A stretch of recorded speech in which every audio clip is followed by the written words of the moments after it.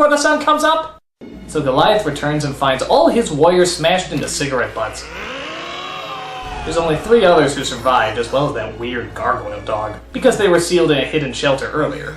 So the gargoyles take what's left of their clan and do a hunt down for vengeance, while the bad guys talk with the princess and her wizardly Legolas impersonator. You blackguard! No! My spells! Now, which one of these fair maidens do you want? I'll take the albino. She has far more delicate features. But the princess escapes as the gargoyles fly in to whip some Viking-ish ass. Zool, motherfucker! Zool! But the wizard guy thinks the princess is dead and the gargoyles are to blame. So he casts a spell on them to turn them into stone permanently. But in actuality, Goliath saves the princess while the villains slip off a cliff to their deaths. You know, for a Disney cartoon, a lot of people sure do get the axe. This is like 5 Simba fathers and 3 Bambi mothers. I've been denied everything, even my revenge! And on top of that, I think I have a splinter! Well, at least nothing else can go wrong. Oh, God! What sorcery is this? So the wizard realizes his mistakes and regrets that he can't reverse the spell. You turned him to stone forever? The terms of the spell were that they would sleep until the castle rises above the clouds. Granted, it's a weak loophole, but it holds up nonetheless. So, yeah, it hasn't exactly been the best week for Goliath. Thus, he tells the wizard to cast his spell one last time so that he can at least be reunited with his frozen brothers. Connection? Cut to years later when a millionaire named Xanatos, played by Riker from Star Trek, actually goes to the trouble of raising the castle above the clouds, resulting in probably the most epic yawn of all time.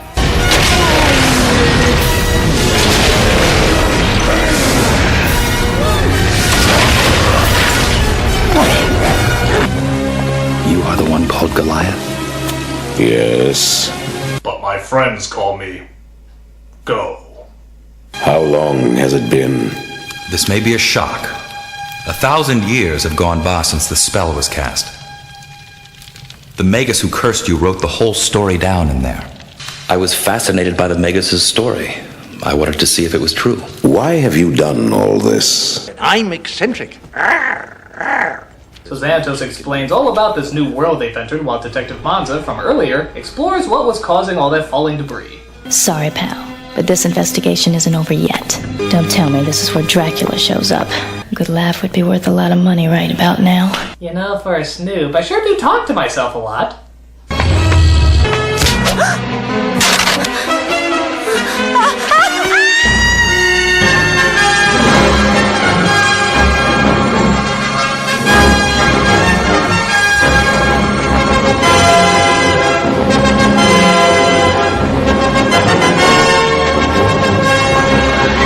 So Goliath dives down and catches her and does his best to explain who they are. My kind have no names, but you humans call me Goliath. Your kind? You mean there's more than one of you? Barely. We treat the mentally disabled one as a dog, so I don't know if that counts. So he climbs back up the building, carrying her along with him.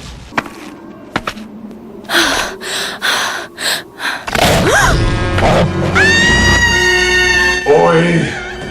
Okay, so that part didn't happen. But she does befriend the gargoyles and becomes sort of the April O'Neil of the group. You know, if April was packing. This starts off a quasi-romance between Goliath and Elisa, which I always thought was kind of weird. I mean, what would the kids look like? Nope, not gonna think about it. Nope, just erase it from my memory.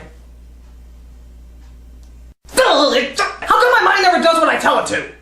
So, if there's ever a time-traveling fish-out-of-water story, you know there's gotta be a few scenes where they interact comically with modern technology. But to the show's credit, it's pretty downplayed. They usually only do it when these 3 are around. What do you suppose this does?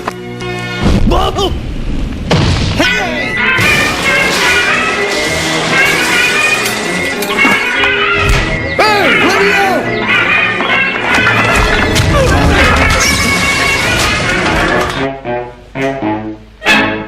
But it's decided that the gargoyles really do need names, so they decide to name themselves after the famous city landmarks. Does the sky need a name? Does the river? The river's called the Hudson. Fine, lass. Then I will be the Hudson as well. Because it's old, dirty, and often very smelly. Just like me. Brooklyn. I'm Brooklyn. Broadway. Lexington. Do you like it? They're all fine names. I guess he'll need one as well now. Oh, I've got one for him, too. He'll be New York Metropolitan Sewer System. You're Bronx. I think he likes it. By the way, am I the only one that thought Lexington should have been named Queens? Oh, I gotta stop picking on him. So, in a surprise twist, Goliath's old flame returns as well. Only this time she's called Demona, voiced by another Star Trek actor, the one who played Troy. Except she's not quite as Goliath remembers her, and she wants revenge on all humans because of how they betrayed her clan. We have no human friends, nor should we. Humanity is a poison that must be purged from this planet. I want you to get rid of the humans. Humanity is our enemy, Goliath. Yeah, but we make such good porn. You gotta give us that. Sort of like a female Magneto, Demona actually becomes one of the great cartoon villains. Always vengeful and always cold, with that great brooding voice. If you are not my ally, then you are my enemy. And it turns out Xanatos becomes a villain too, always hatching diabolical schemes to gain more power and control, but always staying suave and savvy. Go ahead. Without me, you'd still be gathering moss. Such is the plot to Gargoyles, as they constantly fight not only Demona and Xanatos, but a whole slew of other baddies. The stories were sometimes episodic, but mostly intertwined, the best ones being about Demona's past and how she survived all these centuries. For example, there's one episode where Demona goes back in time and tries to convince herself to kill Goliath and wage war on all humanity. But the hopeful Demona of the past doesn't want to believe that she becomes the vengeful Demona of the future. This is actually a really clever idea. The humans did this, and you can stop it. Destroy all the humans. Rule the gargoyles. Rule the world. I am what you will become. I will never be like you. I do not wish to hurt you, and I do not wish to be you. And I don't wish for you to hurt you while I'm you. You. There's also episodes with mythical characters like King Arthur and Puck, but again, they don't make them as cheesy as it sounds. They actually give them the dignity that a lot of these myths already had. That's pretty impressive for a kid show. But I think my favorite episode is the one called Future Tense, where Goliath arrives in the future and all hell broke loose as Xanatos has apparently taken over. Trying to set things right, all the gargoyles get killed and slaughtered by Xanatos' army. But then it turns out Xanatos is really a computer with all the memories of the original person. But then it turns out it wasn't Xanatos at all, it was Lexington, who's become overtaken by madness. But then it turns out it was all an illusion by Puck to try and get a mythical emblem from Goliath. And then it turns out it may or may not have been a dream. And then it turns out that Goliath is a woman. Okay, that didn't happen, but you get the idea. This show was filled with plot twists and surprise endings that actually all seemed to add up. They didn't seem forced or contrived. This just might be fun after all. Oh, by the way, did I mention that Puck is voiced by Data, also from Star Trek? Good God, they should just make the credits look like this!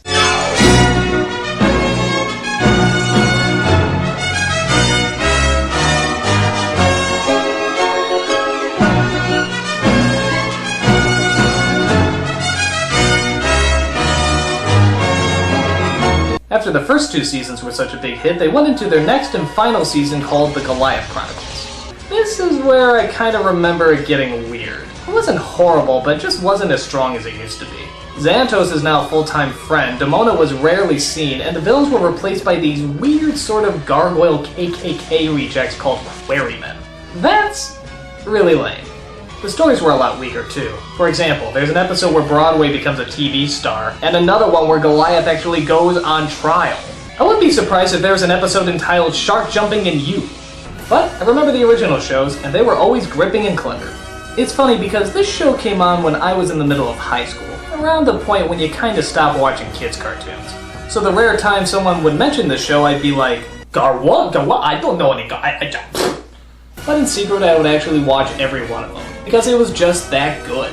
I don't know if it really changed anything in terms of kids' shows like Batman or Animaniacs, but it was certainly a welcome detour from what Disney usually did. It really stood on its own and created some really wonderful and really unique stories. Gargoyles is a blast from the past that is sure to live on in the future. I'm the Nostalgia Critic, I remember it so you don't have to.